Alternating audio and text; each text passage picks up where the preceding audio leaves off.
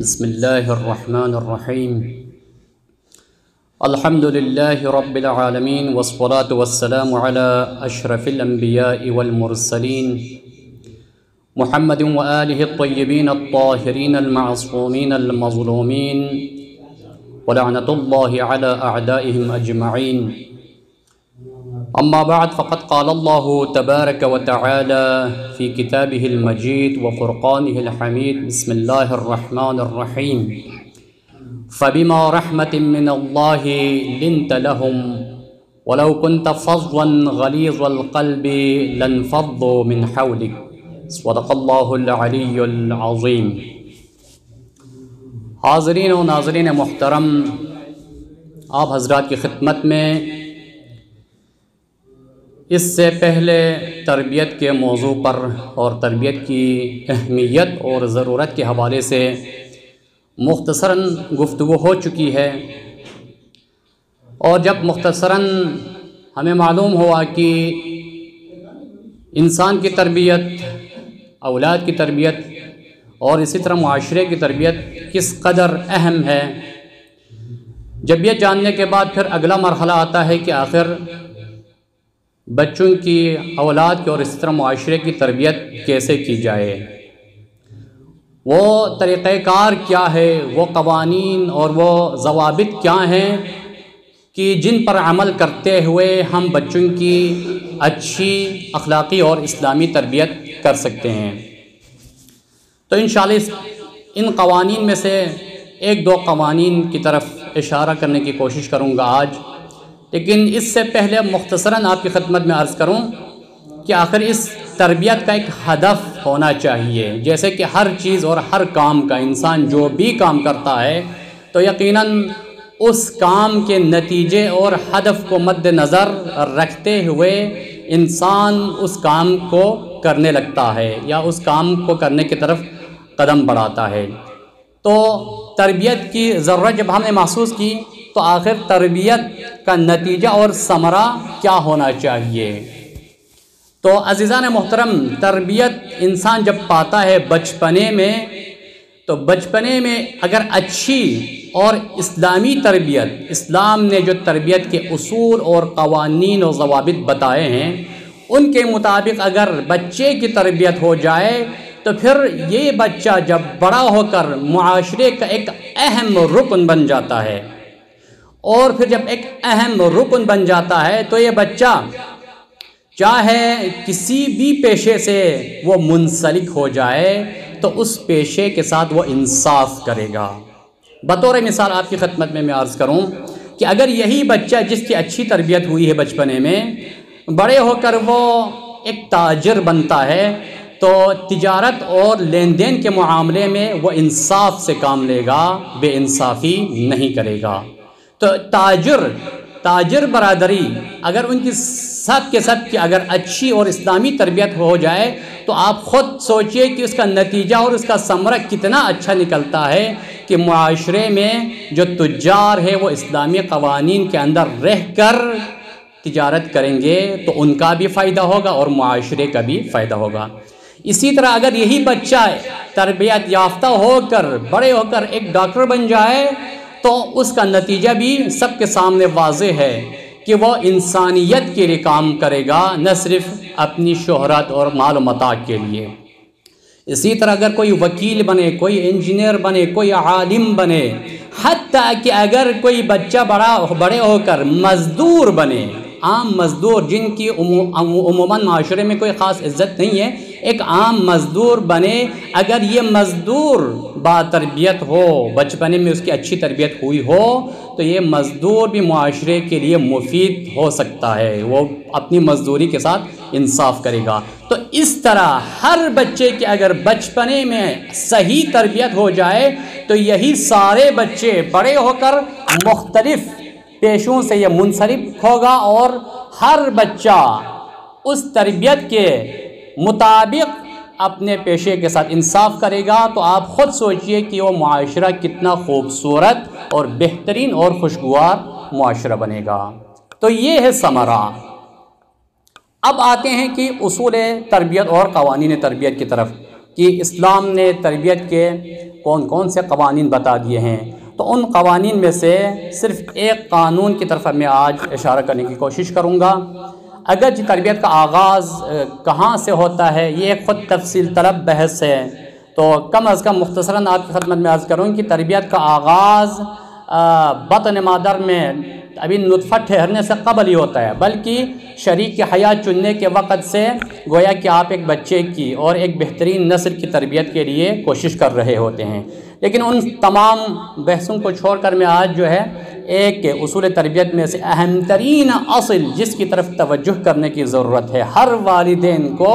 وہ کیا ہے کہ بھائی محبت ہے۔ والدین اپنے بچوں کے ساتھ تربیت کرتے وقت محبت کے ساتھ پیش آئیں، پیار کے ساتھ، خلوص کے ساتھ اور شفقت کے ساتھ اگر پیش آئیں، اور پیار اور محبت کے دائرے میں رہ کر اگر انسان اپنے بچوں کی تربیت کریں گے تو وہ یقیناً حقیقی معنوں میں وہ تربیت یافتہ ہوں گے اور معاشرے کے لیے مفید ہوں گے۔ اب اس کے لیے ہمارے پاس رسول اکرم صلی اللہ علیہ وآلہ وسلم سے بڑھ کر اور کون نمونے عمل ہو سکتے ہیں کہ جن کے بارے میں قرآن کریم میں واضح الفاظ میں فرمایا پروردگار عالم نے کہ اے رسول خدا فبما رحمت من اللہ لنت لہم، یہ اللہ کی خصوصی رحمت ہے کہ آپ ان کے لیے اپنے اصحاب کے لیے نہایت نرم گو ثابت ہوئے، یہ اللہ کی رحمت ہے۔ آپ کو رحم دل بنا کر بھیجا، آپ کو رحمت للعالمین بنا کر بھیجا۔ لیکن اگر اس کے برعکس ہوتا وَلَوْ كُنْتَ فَظًّا غَلِيظَ الْقَلْبِ، اگر آپ سخت مزاج ہوتے، یہ رسول اگر آپ سخت مزاج ہوتے اور آپ دل کے بھی اگر سخت ہوتے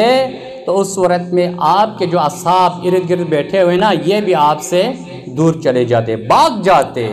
یہ آپ کی رحم دلی ہے، یہ آپ کی محبت ہے، یہ آپ کی شفقت ہے کہ اسی محبت کی بنا پر یہ تمام کے تمام آپ کے ارد گرد جمع ہوئے ہیں اور اسلام کا یہ لوگ کلمہ پڑھنے لگے ہیں۔ تو عزیزان محترم، اسی طرح رسول اللہ کی سیرت سے ہمیں یہ بھی معلوم ہوتا ہے کہ بچوں کے ساتھ خصوصی شفقت، خصوصی محبت، کیا آپ دیکھتے نہیں ہیں کہ امام حسن اور امام حسین علیہ السلام کے ساتھ رسول اللہ کا کیسا رویہ ہے؟ بچے ہیں، بچوں کے ساتھ کھیلنا، شفقت اور اس قدر محبت کہ اس کی کوئی مثال نہیں ملتی، زبان کے ذریعے بھی محبت کا اظہار فرماتے، اور یہ اہل بیت کے گھرانے سے ہمیں ملتا ہے۔ امیر المومنین کے جو زبان اطہر کے ذریعے ادا ہونے والے جو جملے ہیں ان کے ذریعے حضرت زہرا جب اپنے بچوں کے ساتھ مخاطب ہوتی ہیں تو دیکھو کیسے خوبصورت جو ہے الفاظ چن کر ادا کرتے، ان کا بھی تربیت کے اوپر اثر ہوتا ہے۔ یا مثلا فرماتے ہیں کہ اے میوہ دل، یا قرۃ عینی و ثمرۃ فؤادی، اے میری آنکھوں کی ٹھنڈک۔ عام طور پر جو ہے ہم اپنے بچوں کے لیے ایسے الفاظ استعمال نہیں کرتے جو کہ ہماری بھول ہے۔ اس طرح ایک ادب اور احترام اور محبت سے اگر ہم اپنے بچوں کو مخاطب کریں گے اور ان سے خطاب کریں گے اور ان کو پکاریں گے تو صرف یہ جو الفاظ ہیں زبان کے ذریعے جو ہم ادا کرتے ہیں اس کا بھی تربیت کے اوپر خاص اثر ہوتا ہے۔ اور پھر عملاً جو کرتے ہیں رسول اللہ حسنین کریمین شریفین علیہم الصلاۃ والسلام کو کبھی اپنے سینے سے لگاتے، کبھی آپ دونوں کو چومتے اور کبھی کبھار آپ دونوں کو اپنے شانے پر بٹھاتے اور پھر فرماتے کہ نعم الجمل جملکما، کہ تمہارا اونٹ کس قدر خوبصورت اور بہترین اونٹ ہے۔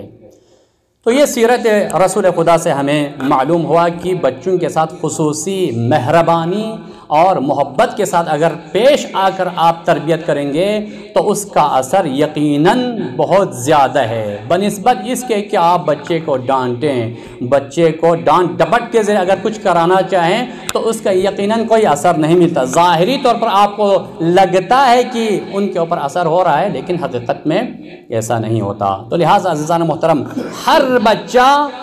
اس چیز کا طالب ہوتا ہے کہ اس کے والدین اس کے ساتھ محبت کریں۔ ہر بچہ، ہم دیکھتے ہیں کہ ہمارے بچے، اگر ہم اپنے بچوں میں سے کسی ایک بچے کے ساتھ محبت کے ساتھ پیش آئیں تو دوسرا بچہ خود بخود کہتا ہے کہ یہی رویہ ہمارے ساتھ بھی رکھیں۔ ایک بچے کو کچھ دیں تو دوسرا بچہ بھی کہتا ہے کہ مجھے بھی دیا جائے۔ تو ہر بچہ والدین کی محبت کا طالب ہوتا ہے، لیکن اگر خدا نخواستہ اس کے برعکس ہو، والدین بچوں کے ساتھ محبت کے ساتھ، پیار اور الفت کے ساتھ پیش نہ آئے تو اس صورت میں کیا ہوگا؟ ماہرین تربیت نے کہا ہے، بلکہ اسلام نے کہا ہے کہ ایسے بچے جن کو والدین کی محبت نصیب نہیں ہوتی، وہ عام طور پر ایسے بھی ہوتے ہیں کہ جو بڑے ہو کر مختلف قسم کے جرائم کے بھی شکار ہو جاتے ہیں، وہ احساس کمتری کے بھی شکار ہوتے ہیں، وہ بدظن بھی ہوتے ہیں، اور اس طرح مختلف قسم کے جو اخلاقی امراض ہیں ان میں مبتلا ہوتے ہیں۔ وجہ کیا ہے؟ وجہ صرف اور صرف یہ ہے کہ والدین نے ان کے ساتھ محبت والا رویہ اختیار نہیں کیا ہے۔ اب عزیزان محترم آتے ہیں اور بعض روایات آپ کی خدمت میں عرض کرتے ہیں کہ ان روایات سے ہمیں معلوم ہوتا ہے کہ بچوں کے ساتھ ہمارا رویہ کیسا ہونا چاہیے۔ روایت میں ہے کہ حضرت موسیٰ بن عمران علیہ السلام، حضرت موسیٰ کلیم اللہ، آپ نے پروردگار عالم سے یہ سوال کیا کہ یا ربی ای الاعمال عندک افضل۔ یہ پروردگارہ کلیم اللہ ہے، اکثر پروردگار کے ساتھ کلام ہوتا رہتا ہے، تو ایک دفعہ سوال کیا کہ اے پروردگار کون سا عمل آپ کے نزدیک افضل ہے، بہتر ہے؟ تو ارشاد باری تعالی رب ذوالجلال کی طرف سے، قدرت کی طرف سے آواز آئی، اے موسیٰ حب الاطفال، بچوں کے ساتھ محبت رکھنا یہ میرے نزدیک سب سے افضل عمل ہے۔ اور اس کے بعد پروردگار عالم نے فرمایا اس کی وجہ ہے، وجہ کیا ہے کہ فَإِنَّ فِطْرَتَهُمْ عَلَىٰ تَوْحِيدِ، اس لیے کیونکہ بچوں کی فطرت میری توحید اور وحدانیت پر ہے۔ کیونکہ بچے جب پیدا ہوتے ہیں تو فطرت اسلام پر پیدا ہوتے ہیں، تو جو کوئی بھی فطرت اسلام پر پیدا ہونے والے بچوں سے محبت رکھے تو مجھے ان کا یہ عمل سب سے اچھا لگتا ہے۔ تو اس حدیث سے ہمیں معلوم ہوا کہ بچوں کے ساتھ خصوصی اور لطف اور کرم اور محبت کے ساتھ پیش آنا چاہیے۔ اسی طرح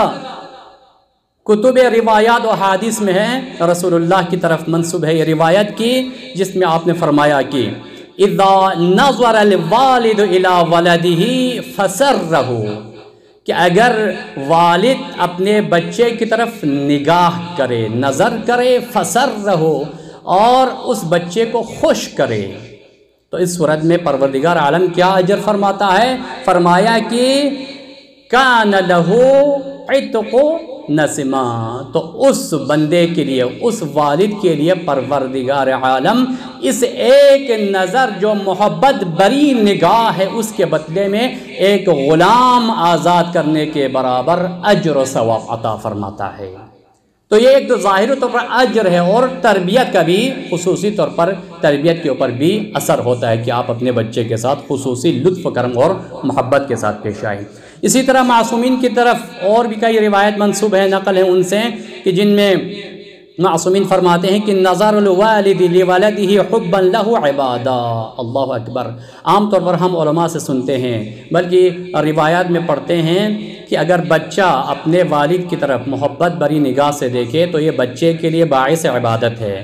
لیکن یہ جو روایت ہے جو میں نے آپ کی خدمت میں عرض کی، اس کے بالکل برعکس ہے۔ اگر جس طرح بچے کے لیے والد کی طرف محبت بری نگاہ سے دیکھنا باعث عبادت ہے، اسی طرح اگر کوئی والد اپنے بچے کی طرف محبت بری نگاہ سے دیکھے تو پروردگار عالم یہ جو نگاہ ہے اس نگاہ کو عبادت شمار فرماتا ہے۔ تو دیکھیے کہ بچوں کے ساتھ کیسا ہمارا اور ایک مسلمان کا اور ایک مومن کا رویہ ہونا چاہیے۔ پھر آگے محبت کے کئی طریقے ہیں، اور ان طریقوں میں سے ایک طریقہ یہ ہے کہ آپ اپنے بچے کو تربیت کے دوران اور اپنے بچے کی پرورش کے دوران محبت کا اظہار یوں بھی کرے کہ بار بار اپنے بچے کو بوسہ دیں، ان کو چومیں۔ یہ بھی پروردگار عالم کے نزدیک بہت ہی اہم ہے، اجر و ثواب کا باعث ہے۔ اسی لیے روایات میں ہے کہ من قبل ولدہ کتب اللہ لہ حسنہ، کہ اگر کوئی بندہ اپنے بچے کا بوسہ دے اور اپنے بچے کو چومے تو پروردگار عالم ہر بوسے کے بدلے میں ایک حسنہ اور ایک نیکی عطا فرماتا ہے۔ اسی طرح اور ایک روایت میں ہے کہ من قبل ولدہ، کہ اگر کوئی بندہ اپنے بچے کو بوسہ دے، اس کو چومے، تو پروردگار عالم جنت میں اس کا ایک درجہ بلند فرماتا ہے۔ مومن کے کئی درجے ہوتے ہیں، اگر درجہ بروز قیامت جنت میں اپنے درجات بلند کرنا چاہے تو اس صورت میں مومنین کو چاہیے کہ اپنے بچوں کے ساتھ خصوصی لطف و کرم کے ساتھ پیش آئے اور بچوں کے ساتھ محبت کا اظہار کرے۔ اور اسی طرح محبت کے اور بھی طریقے ہیں، ان میں سے ایک طریقہ یہ ہے کہ روایات میں آیا ہے کہ بروا اولادکم واحسنوا الیہم، اپنی اولاد کے ساتھ نیکی کیا کرو۔ یہ والدین کے لیے حکم ہے، عام طور پر بچوں کے لیے حکم ہے، یہ تو ہم سب جانتے ہیں کہ بچے اپنے والدین کے ساتھ احسان کرے۔ یہاں پر حکم ہوتا ہے کہ والدین بھی اپنے بچوں کے ساتھ احسان کرے، نیکی کے ساتھ پیش آئے، اچھا سلوک کرے۔ فَإِنَّهُمْ يَظُنُّونَ أَنَّكُمْ تَرْزُقُونَ، کیوں؟ اس لیے کیونکہ یہ بچے سمجھتے ہیں کہ انہیں رزق دینے والا اور کوئی نہیں بلکہ یہی والدین ہے۔ اسی لیے بعض روایت میں ہے کہ جب اپنے بچوں کے ساتھ کوئی وعدہ کرے تو اس وعدے کی مخالفت نہ کرے، کیوں؟ اس لیے کیونکہ وہ سمجھتے ہیں کہ ہمارے حقیقی پالنے والے یہی والدین ہی ہیں۔ تو وعدہ خلافی کر کے ابھی سے بچے کی تربیت کے اوپر غلط اثر نہ ڈالے، بلکہ جو وعدہ کرے تو جتنی بھی ممکن ہو، جس قدر ممکن ہو، اس وعدہ کی پاس کرے اور اس وعدے کے مطابق جو وعدہ کیا ہے اسے انجام دے۔ اسی طرح اگر اور ایک روایت میں ہے کہ من فرح طفلا فرحہ اللہ، اس روایت میں یہ ہے کہ اگر کوئی کسی بچے کو خوش کرائے محبت کے ذریعے مختلف طریقے سے خوش، اب یہاں پر اپنے بچے کے ساتھ نہیں بلکہ کسی بھی بچے کو اگر خوش کرے تو بروز قیامت پروردگار عالم اس بندے کو خوش کرتا ہے، اسے خوشی کی آسائش فراہم کرتا ہے۔ بروز قیامت خوش و خرم نظر آئے گا ایسا بندہ جو اس دنیا میں بچوں کو خوش کرتا ہے۔ اب عزیزان محترم، یہ جو خوشی ہے، یہ جو محبت ہے، اس کے دو طریقے ہیں محبت کرنے کے، اور بچوں کے لیے جو ہے خوشی کے اسباب فراہم کرنے کے دو طریقے ہیں۔ ایک تو مادی طریقہ ہے کہ آپ مادی طور پر ان کے لیے تحفے تحائف کا بندوبست کریں، آپ جو ہے ان کو پیسے دے دیں، آپ بازار سے کوئی چیز، کوئی کھلونا جو ان کے پسند کے مطابق ہو وہ لا کر دیں، تو اس سے بھی خوش ہوتا ہے۔ لیکن اس میں بھی آپ کے لیے ضروری ہے کہ تربیت کے پہلو کو مد نظر رکھے۔ اور ایک طریقہ ہے وہ ہے معنوی طریقہ، معنوی طور پر آپ ان سے محبت کریں۔ اور معنوی طریقہ کیا ہوتا ہے کہ آپ اپنے بچے کو اچھے کلمات سکھائیں، اخلاقی طور پر ان کو مضبوط کرائیں، احادیث معصومین ان کو سکھائیں۔ اگر احادیث معصومین سکھائیں گے تو نتیجہ کیا ہوگا؟ بس آخری مراحل میں داخل ہو چکا، صرف یہ روایت آپ کی خدمت میں عرض کروں کہ اگر کوئی اپنے بچے کو احادیث معصومین سکھائے اور ان کی تعلیم دے اور کم از کم اگر 40 احادیث سکھائیں تو پروردگار عالم حشرہ اللہ یوم القیامت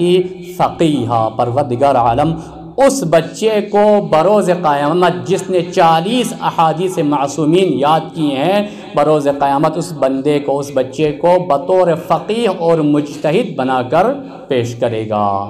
تو عزیزان محترم، یہاں سے معلوم ہوا کہ اصول تربیت اور قوانین تربیت میں سے اہم ترین جو ایک اصل ہے، جو سبب تربیت ہے، وہ والدین کا بچوں کے ساتھ محبت، شفقت اور الفت ہے۔ اس محبت کے دائرے میں رہ کر اگر ہم بچوں کی تربیت کریں گے تو یقیناً وہ بچے سیکھیں گے بھی اور آپ کے جو احکام ہے آپ کی بات مانیں گے بھی، اور بعد میں بڑے ہو کر یہ معاشرے کے لیے سود مند بھی ہوں گے۔ تو پروردگار عالم کی بارگاہ میں دعا کرتا ہوں کہ پروردگارہ ہمیں احادیث معصومین اور احکام الہی کے مطابق اپنے بچوں کی اسلامی تربیت کرنے کی توفیق عطا فرما۔ وصلی اللہ علی سیدنا محمد و آلہ الاطہار۔